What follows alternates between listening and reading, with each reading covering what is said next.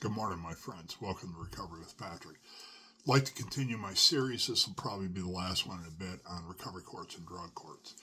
So, control looks like recovery until it breaks people, right? And so, what do I mean by that? Control can look like recovery from the outside, right?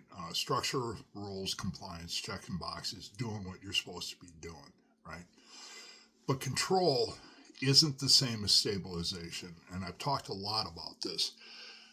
For recovery to take hold and be effective, and for me to have growth and find some peace and some serenity, I have to have stability first. Now, I've talked a little bit about this, how some folks come into recovery court, drug courts with a little bit of stability, even in the middle of all the chaos, having a job, having a place to live, having a car, that counts as stability, right? Everything else might be chaos and out of control, but that helps to anchor, right? Stability and where you're going forward. So, but control's not the same as stabilization.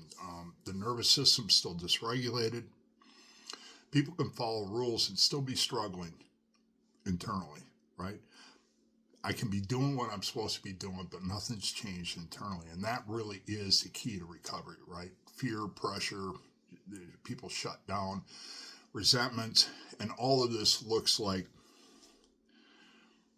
you're fighting the system. You're fighting back. You're just trying to find that stability, right? Because when control is removed, the system collapses, right?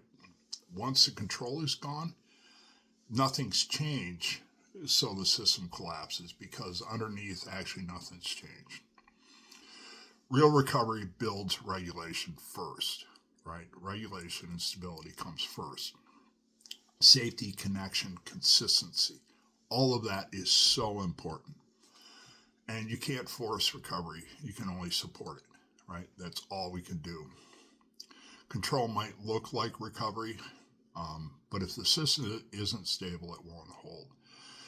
So again, I think this is a product of drug courts and recovery courts attempting to implement processes that they weren't designed for, right?